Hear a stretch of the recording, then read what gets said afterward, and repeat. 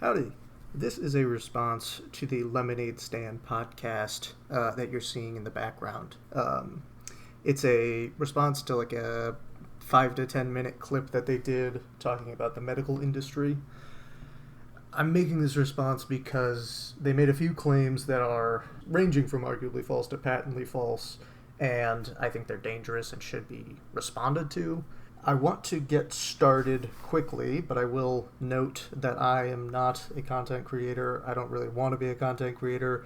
I have no interest in audio. I have bad editing skills as well, so I apologize for that, but this is the skill set I'm coming in with, and I don't have the time or the interest in really learning beyond that skill set, so I appreciate it if you put up with that. If not, I understand, but I do think the message is important. Now let's get started and not waste too much of your time because, I don't need to. So I'm just going to play this video and then I'll pause it and respond to statements as they come in. I'll also note that I work in the medical field. I'm not in cancer as they're discussing treatment, but I have worked adjacent to cancer research and am still working adjacent to this field. So I know that background helped me understand, not implicitly, but quickly, why the things they were saying are wrong. So I'll get this started now. Thanks. In Chicago recently, they had a cancer research conference where a bunch of doctors came out. And somebody came up with a well-done, peer-reviewed, long-term longitudinal study about exercise as a treatment for cancer. Basically, as in comparison to, it's for colon cancer specifically, and it was in comparison to chemotherapy. Okay, they just compared it. All right. So this statement, it's kind of two statements in one sentence, is, in my opinion, the crux of the meat of what they are saying and what needs to be responded to. What they're talking about is a research study that was done, I think in Canada, somewhere in Canada, I've forgotten where, but you can see it up here, structured exercise for adjuvant chemotherapy, after adjuvant chemotherapy for colon cancer. That's the study they're talking about. I recommend reading it. It's not a very long read, and if you have access to it, I think it's very interesting and it can give you more insight as to what this is, but I'll only be referring to what's specifically important, what they're talking about. And he mentions two things. One, exercise as a treatment for cancer. In my opinion, that is misleading, especially to his audience, who I'm assuming are not well-versed in medicine. It's not bad. That's just most people aren't, and they're not like catering to a medical audience. When I hear that, what I think a lay person would hear is like using exercise as a treatment to get rid of cancer. And that's not what happened here. As you can see in the methodology, or the methods section, defines which patients were eligible for this trial. Patients were eligible for the trial if they had complete resection, so resection is surgery in this case, of stage 3 or high-risk stage 2 adenocarcinoma of the colon, so colon cancer in layman terms. Defines what that is, and then the second sentence, all the patients also had completed adjuvant chemotherapy within the past 2 to 6 months. So those first two sentences kind of give a understanding of the type of patients that were in this trial, and what this trial was going to be used for. Exercise, as you can see, wasn't getting rid of the tumor.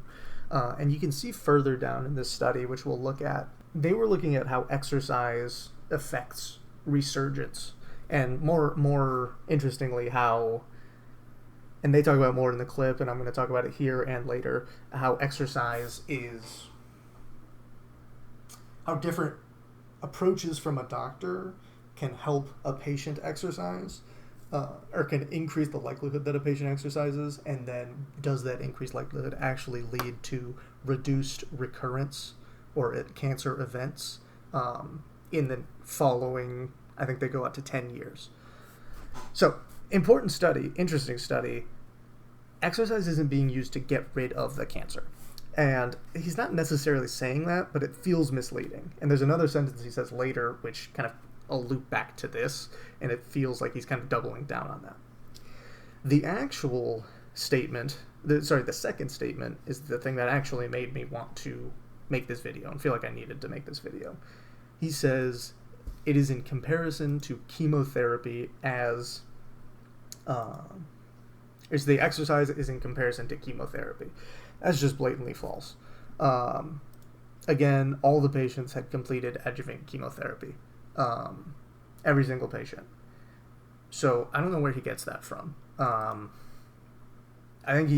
read the study and I read the journal, or not the journal article, like the Business Insider article that it seems like he read, and neither of them say that. So I think he just made that up.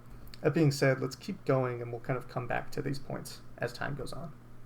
And, what often doctors will do is they will say, remember to exercise. Or they'll give you this one was like, we're going to try treatment where you are assigned a personal trainer. You have to specifically do this number of things 4 or 5 days a week. They tried it. It was shockingly, remarkably proven effective. Here he's describing how the participants of this study were split up. And they're split into 2 groups. He actually thinks they were split into 3 groups, but he described the 2 groups that they were split into. As you can see here, it's still in the methodology, where it describes one group. Essentially what he said is in health education. They just receive health education materials, while the other group receives health education materials as well as support from a certified physical activity counselor for 3 years. That's really what's being studied here, the difference between patients receiving just the health education materials, between them and patients who receive support in addition to those health education materials. He's basically correct about those groups, but I did want to point out that he specifically says the words proven effective, that this exercise technique has been proven effective, which is an interesting way of speaking. It's not very scientific, Additionally, in the context of what he's saying, it's wrong. That's because he introduced the study incorrectly. It's like, what he's saying is not proven effective, at least not by this study, and by no study that I know of. Nor would, I think, a scientist say that the study has been proven effective. This is one study, albeit a good study with a big sample size, or a relatively large sample size. There's a statistical significance, as you can see here, in the difference between the 2 groups. So we have our exercise group and our health education group. This is the results section of the research paper that I put on screen earlier. And there is a significant difference here. I think it's about 6 to 7% in terms of survival rate, and you can see the disease-free survival rate. So this disease-free survival rate is talking about people who survived and did not get any recurrences, any cancer-related recurrences. And then this survival rate is the people who survived even though they did, or whether or not they got a cancer-related reoccurrence. And you can see there's a statistical significance there. I wouldn't say it's accurate to say it's proven effective. I would say you'd probably be right if you say it's effective. I'd be surprised if it wasn't the case, but that's just from my understanding that exercise is important, and the people in the exercise group are more likely to do more exercise. And as you can see here, there's a difference, there at least seems to be a difference in the, what would I call it? Survival rate, yeah. As well as a decrease in disease and reoccurrences. So that's good. We like that. That's healthy. But proven effective isn't scientific, and it's definitely false in the context that he's saying it. And it got a standing ovation from all these cancer researchers who are showing that consistently taking care of your health, going on walks, doing high intensity exercise or whatever, is one of the body's proven best ways to actively fight disease. So this is a weird statement. The study isn't saying that. The study is more talking about preventing recurrences. So that's not really actively fighting disease. That's actively preventing disease. If he said that, I would have agreed. Exercise is a great way, is one of the best ways your body can actively prevent disease for a number of reasons that I don't fully know or understand. But to actively fight it, it's just a weird way of saying it. And because of what he said earlier about exercise as a treatment for cancer, which again, it is kind of a treatment here, but it's more of a treatment that will be preventative as opposed to actively fighting, I would say it wasn't totally accurate to me. Not the biggest deal, but not... I felt like I had to touch on it just because I was here already, essentially. This case specifically for colon cancer. And by the way, what they mentioned in this is like, there's no reason you can't now do both. I agree. There is no reason you can't do both. The study did both. So he's completely right. Because they like, I think it had a 5% increase in survival when they did the chemo, and it was like 7 or 8 with the intense exercise. You can combine them both and have, again, the examples they use is like 1 in 12 people who would have died will now survive. I'm sorry, I'm getting a phone call from my cancer research buddy. Getting canceled. Actually, the study's blown wide open. Yeah. It's just not true.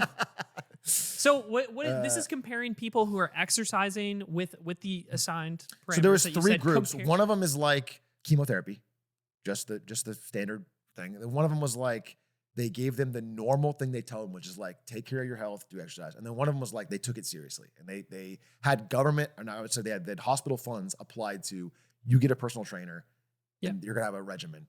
And what it's basically saying is like people that did that, it really was remarkable, the impact in a way that got all these cancer researchers standing up. Are those people also doing chemo though, or are they doing just? It was a comparison between chemo and the exercise, and the exercise people had a higher result. The chemo was effective, but only, it's a small percent. This is like late stage colon cancer. So like 5% more survive from the. So here we can be very sure that he did not misspeak earlier. This guy on the left, Aiden, he tried digging in, but he wasn't the one who read or researched on this stuff, so I can't blame him too much. I think it seemed like he had an inkling of suspicion, and he asked about it. And the guy on the right, Atriak, he responds twice to his question. The first time, asking are both groups getting chemo? He said, or all groups getting chemo? He said no. There's 3 groups. There's a chemo group. There's an exercise, just like normal education group, and then there is the group with the exercise regimen. So that's not true. As we talked about earlier, every group got chemo. He really doubles down there, and it's from this statement, I think it's pretty clear he didn't actually read the study. I think he read the business article, and beyond that, kind of just imagined beyond there. And then this guy Aiden asks him again. These groups didn't get chemo, and he says no, they aren't doing chemo. Which is, it's wrong, obviously. But this is where you can look at that. This is where I heard and said he can't be right, because no hospital would do that. It'd be crazy if a hospital was like, yeah, we're gonna do a group of people, and we're gonna treat a group of people, and we're gonna treat their cancer by just telling them, hey, here's some exercise techniques, and then telling them to leave. Like that. Imagine being in that group, the group that doesn't get an exercise regimen or the chemo.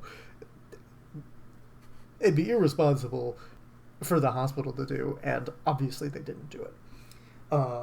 They did 2 groups. They did an exercise education group, and they did a group with an exercise regimen that was followed up on.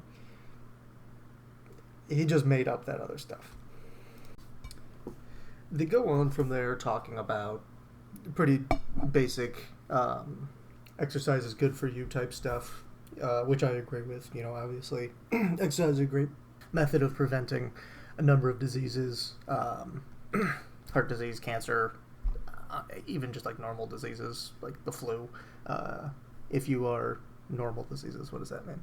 But if you exercise, you're more likely to prevent these diseases, and if you do get these diseases, you're more likely to have like a lower impact. They're less severe if you exercise, if you're healthy. So I agree with them. You should exercise. I try to exercise every day, and on days that I don't, I feel bad, and that's because it's good for you, and your body's trying to tell you that. That being said, I want to talk about the importance and why I actually made this, because I feel like some people might hear this and say, okay, they got one thing wrong on one podcast. You gotta blame them? What's the big deal? And I don't think, well, one, I'm responding to someone that doesn't exist, first of all, but they might exist. And I just want to talk about these possible rebuttals or questions that might come up. One, it is important. This is a large podcast. I think their YouTube video had some 215,000 views, I think it was. Spotify, I looked, they had like 50,000 views. I'm sure they have like views on Apple Music, and maybe some other things that maybe all add up to another 100,000 total, or 100,000 from there, the 215,000 from the actual YouTube video. So these guys probably got, somewhere in the range of 300,000 to 400,000 views. If we take the low end, say 300,000 views, that's about 1 in 25 people get colon cancer. That's just colon cancer. So 1 in 25, that's about 0.04. It's not about, it's exactly 0.04. If you multiply that by 300,000, you get 12,000 people. So assuming all of those views are distinct from each other, this statement, these series of statements, were said to about 12,000 people who will get colon cancer on average.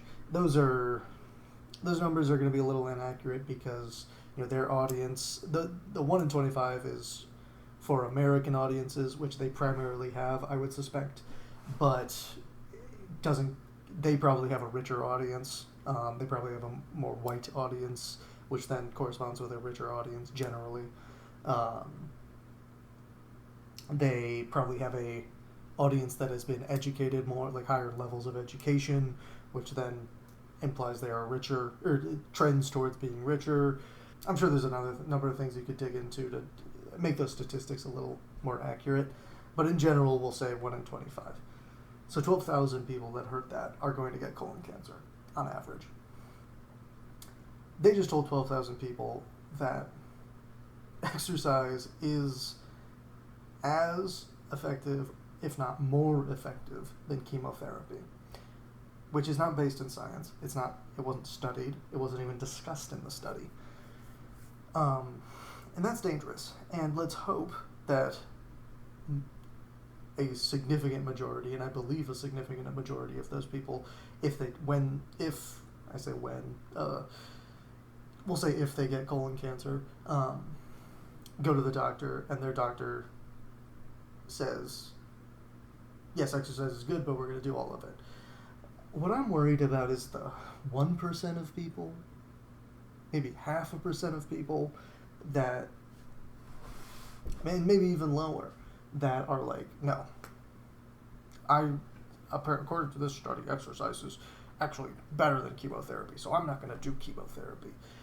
That's why those people are the reason that this statement is dangerous and why it's irresponsible that they made it. They are a big podcast. I think they're all relatively big YouTubers, all three of them. Editor's note, Aiden is not a big YouTuber, but Doug and Atrioc are. Like, separate from this podcast. So they should know. Like, it's their 15th episode of their podcast, but I think they've been YouTubing for a while. So they should know the reach that the words they say have, And in my opinion, they should be responsible with those words. I think everyone should, but especially them. That's why I think it's important to talk about this. And then additionally, I want to talk about how media is discussed. I could wax philosophical, but for the sake of brevity, I think the most important thing to say is let's be critical of this stuff. This probably isn't a one-time thing for them. And in fact, I'd probably say they're a better podcast. I don't watch a lot of podcasts. I don't really watch their podcast. I've only seen a couple episodes. But in general, these guys are entertainers, as are most podcasters. And when they start speaking on subjects that they are not experts in, they are often going to be incorrect. I don't think they should speak.